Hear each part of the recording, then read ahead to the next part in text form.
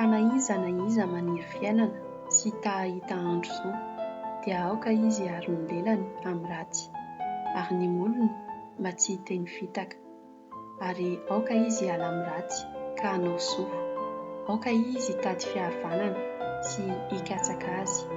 Fa ny mason'ny Tompo dia mitsinjo ny marina ary ny sofiny dia mihaino ny fitarainana. Fa ny tavan'ny Tompo dia tiritra ny mpanao ratsy.